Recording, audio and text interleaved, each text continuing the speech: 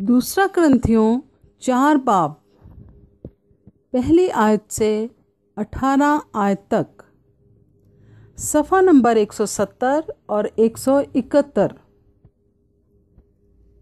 मिट्टी के बर्तनों में रूहानी खजाना। बस जब हम पर ऐसा रहम हुआ कि हमें ये खिदमत मिली तो हम हिम्मत नहीं हारते, बल्कि हमने शर्म की पोशीदा बातों को तर्क कर दिया और मक्कारी की चाल नहीं चलते। ना खुदा के कलाम में आमेज़िश करते हैं, बल्कि हक जाहिर करके खुदा के रूबरू हर एक आदमी के दिल में अपनी नेकी बिठाते हैं।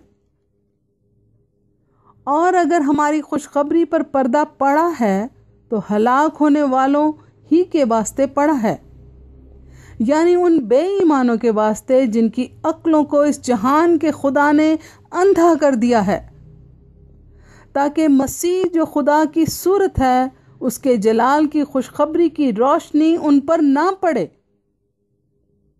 क्योंकि हम अपनी नहीं बल्कि मसीह यीशु की मुनादी करते हैं कि वो खुदावंद है, और अपने हक में ये कहते हैं कि यीशु की खातिर तुम्हारे गुलाम हैं, इसलिए कि खुदा ही है जिसने फरमाया कि तारीकी में से नूर चमके, और वही हमारे दिलों में चमका, ताकि खुदा के जलाल की पहचान का नूर यीशु मसीह के चेहरे से जलवागर हो।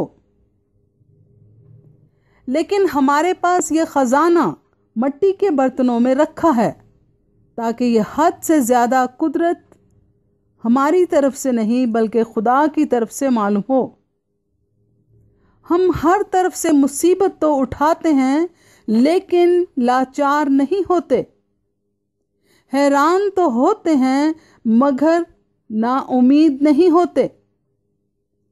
सताए तो जाते हैं मगर अकेले नहीं छोड़े जाते।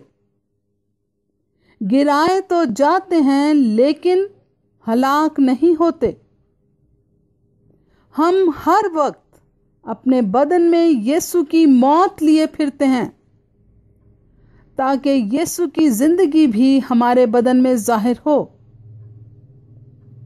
क्योंकि हम जीते जी यीशु की खातिर हमेशा मौत के हवाला किए जाते हैं, ताकि यीशु की जिंदगी भी हमारे फानी जिस्म में जाहिर हो। बस मौत तो हम में असर करती है और जिंदगी तुम में। और चूंकि हम में वही ईमान की रूह है जिसकी बाबत लिखा है कि मैं ईमान लाया और इसीलिए बोला, बस हम भी ईमान लाए और इसीलिए बोलते हैं। क्योंकि हम जानते हैं कि जिसने खुदावंद यीशु मसीह को जिलाया वो हमको भी यीशु के साथ शामिल जानकर जलाएगा और तुम्हारे साथ अपने सामने हाजिर करेगा। इसलिए कि सब चीज़ें तुम्हारे वास्ते हैं, ताकि बहुत से लोगों के सबब से फजल ज़्यादा होकर खुदा के जलाल के लिए शुक्रगुजारी भी बढ़ाए। इसलिए हम हिम्मत नहीं हारते, बल्कि गो हमारी ज़ाहिरी इंसानियत ज़ायल होती जाती है, फिर भी हमारी बातनी इंसानियत रोज़ बरोज़ नई होती जाती है। क्योंकि हमारी दम भर की हल्की सी मुसीबत हमारे लिए अज़ हद भारी और अब्दी जलाल पैदा करती जाती है, जिस हाल में कि हम देखी हुई चीज़ों पर नहीं बल्कि अनदेखी चीज़ों पर नज़र करते हैं। क्योंकि देखी हुई चीज़ें चंद रोज़ा हैं, मगर अनदेखी चीज़ें अब्दी हैं। आमीन। कलाम मुकद्दस के पढ़े और सुने जाने के वसीला से आपको, आपके ख़ानदान को और सब सुनने वालों को बहुत बरकत मिले। आमीन।